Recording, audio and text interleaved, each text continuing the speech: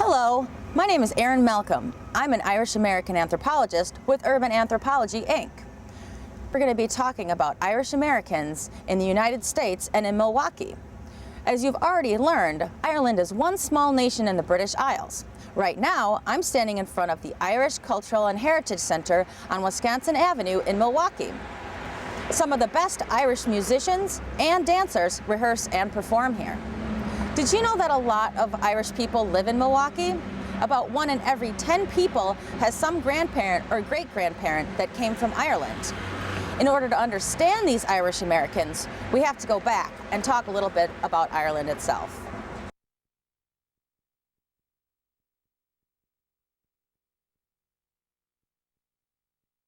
Most Irish today are Catholics, but you might not know that the Catholic Church did not always exist. Look at your timeline. The Roman Catholic Church officially began in the year 313. Now, way back before there were Catholics, the people living in Ireland were called Celts. Most of the Irish living today are descendants of these Celts. The Celts had many mystical traditions. They believed in a lot of magical creatures and fairies, and some of these could put good or evil spells on people, and some could predict the future. One of these magical beings is the Banshee.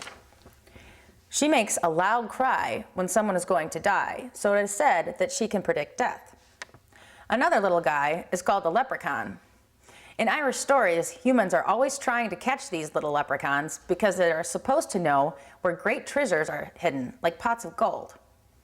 The Irish Celts were known to have a great gift for storytelling, and they would sit around campfires and pass on stories about these magical creatures.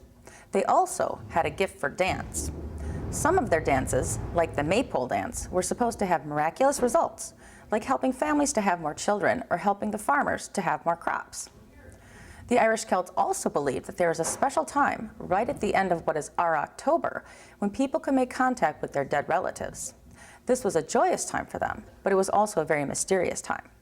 Later on in Ireland, this special time became a holiday where children went around wearing costumes of these magical creatures, playing tricks on people and getting treats from adults.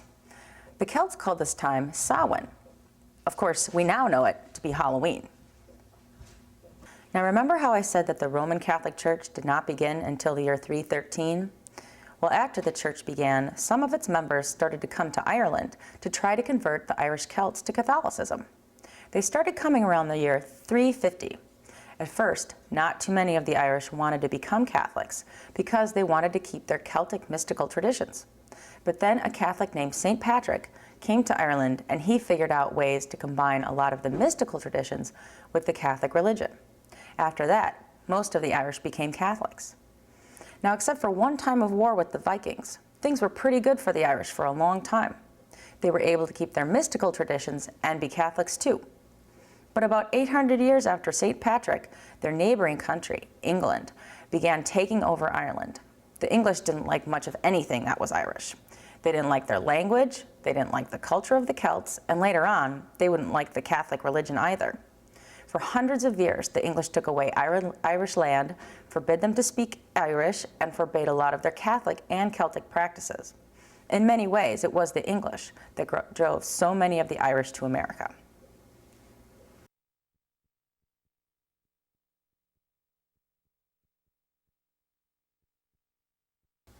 Many of the Irish did not come to America by choice. A lot of white slaves came to America in the 1600s, and most of them were Irish. The English sent more than 60,000 Irish to North America to work on plantations right next to the African American slaves. Those were the first group of Irish that came here. But a few hundred years later, something else terrible happened to the Irish. While the Irish were still under the control of the English, they had a famine. The Irish at this time relied on potatoes for most of their food, and the potato crop got a horrible disease called a blight. Nearly 1 million Irish died in the famine, and nearly 2 million left for America. Right after that, the rules of the English got even tougher on the Irish, and nearly 3 million people left and came to America. Now, you might wonder if the Americans liked the Irish when they came here. Actually, most Americans did not like the Irish.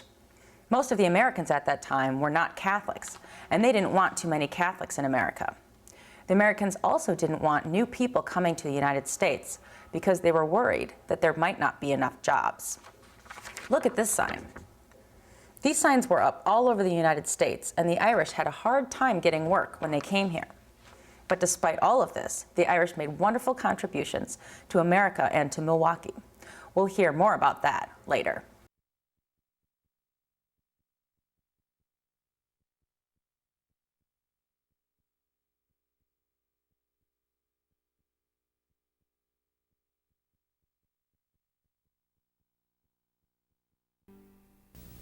If one feat distinguished the urban Irish in America, it was their capacity to garner political power. Vulnerable to the English in their homeland, they quickly learned the value of political consolidation here. Organizations such as the Ancient Order of Hibernians flourished as the Irish experienced discrimination in the United States during decades of highest immigration. The role of the Hibernians was to defend the Catholic clergy from outside attack. We defended the convents in Charlestown, Massachusetts, and other places where they actually burned convents. So we were on call at a moment's notice to protect the priests, the nuns, the religious brothers during them terrible times when no Irish need apply. It was very anti-Irish in the middle of the 1850s, 1860s, when it was very fashionable to be anti-Irish and anti-Catholic. In Boston, it was no Irish need apply. Throughout the United States, it was no Irish, no Catholic need apply. But the strongest defense for Irish Americans was a potent offense. For over 100 years, the Irish controlled the most powerful political machines in the nation. In Boston, in New York, and in Chicago. The Irish in Merrill Park were no exception. There were judges and the mayor and officers of the city on citywide levels, other than just the aldermanic level, that would campaign in Merrill Park, because the people in Merrill Park voted. The Irish were very politically aware, and they participated in the elections and voted. Well, we always voted as a block there. And of course, we always controlled the county government. We had a little trouble with getting a mayor elected in there. But most of the people that worked in the city hall and worked in the county buildings were people from Merrill Park. Number of people that attained various kinds of public positions, oftentimes civil service positions or otherwise, was very great. Merrill Park turned out a lot of people who were active in the police department, for instance, Captain Croak. There were people who were fire chiefs in the area, and then there were police members who became members of the police department.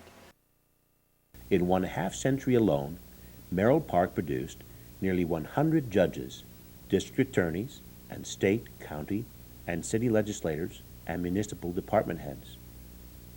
During this period, 3 of 4 county executives were Merrill Parkers, and 3 of 4 Milwaukee mayors were raised in the neighborhood. I remember doing it all, going to the polls and passing out literature for people, and doing literature drops at doors, licking envelopes, working on campaigns, making, as I got older, then I was allowed to make the phone calls, and it was usually always my dad's choice of who that was that we would be interested in. But he'd give us the background, he'd let us know, and he'd tell us his version of who was important and who wasn't important, and we chose to work on these campaigns. So that was always a fun thing to do, and it was a family thing, and it was the kind of thing where we worked together as a family to do these kinds of things. My dad had a tavern, was very active in the church, so it was just part of this thing that we did together.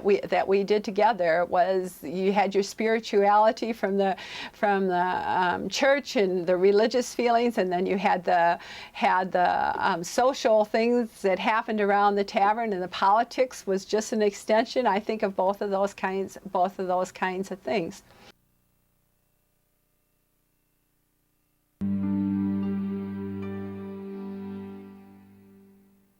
Cultural anthropologists describe Irish Americans as an externally focused people. Unlike more internally driven immigrant groups that overlooked some status markers outside their boundaries, the Irish tended to heed influences both within and outside their communities.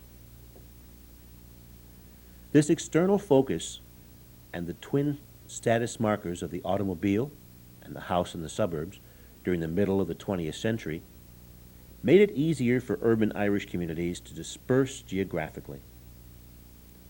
As the Irish gained socioeconomic status, many left their central city neighborhoods for the more isolated outlying areas.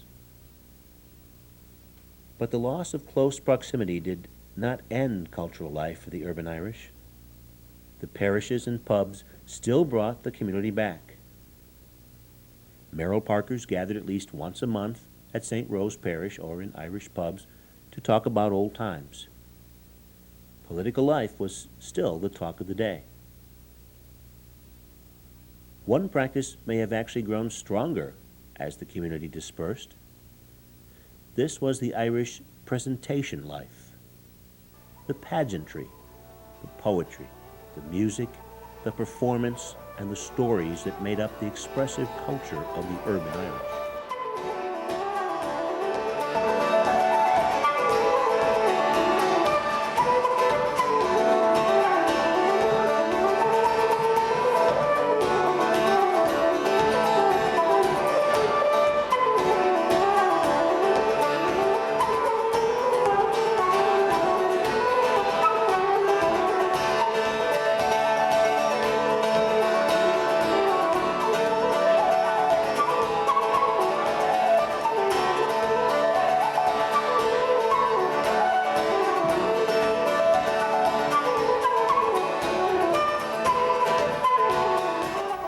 During Milwaukee's annual ethnic festivals, Irish Fest has consistently drawn one of the largest gates.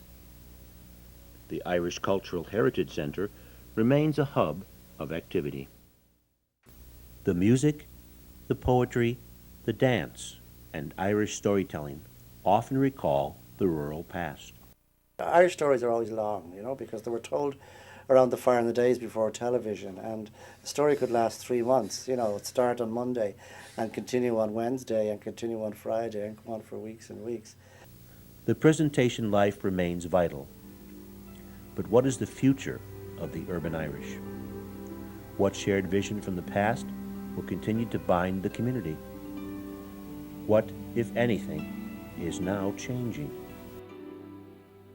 The Irish in America today are very self-confident, very successful. Recent studies show that the Irish are on average, more successful even than white Anglo-Saxon Protestants, which is kind of new. And this has all happened relatively recently. And it reflects what's going on in Ireland itself, where a booming economy, a tremendous dynamic cultural life, a very self-confident, well-educated, young country. The confidence there is reflected in America, where people nowadays are proud. Over 40 million will put down on the census form, "I'm Irish." They're going to continue to disperse. That's already happening, but I think they will continue to celebrate family, celebrate loyalty, and take pride in their community. One of the things that happens in Milwaukee and maybe into other Irish communities throughout the United States, there's such a strong celebration of St. Patrick's Day, and it's a time of year where people get together and talk about their heritage and read books and read poetry and dance. My granddaughter is a Irish Trinity dancer, and so all of that comes back to hold everything together. And that's the nice thing, is that the Irish celebrate their culture, and that keeps bringing them together. Also in Milwaukee, we're lucky to have the Irish Fest, where everybody gets to gather again and celebrate culture. But I think that one of the things that really happens is that families, there's a cohesiveness in families with the Irish, where they really care about their other family members, and it's a sense of loyalty, and it's a sense of caring, and I expect that to continue. And like I said, we have several reminders throughout the years throughout the year, St. Patrick's Day, which makes us all bond, and the Irish Fest, and to make sure that we're at least coming together for those times and talking about our heritage and what role it plays in our past and our future.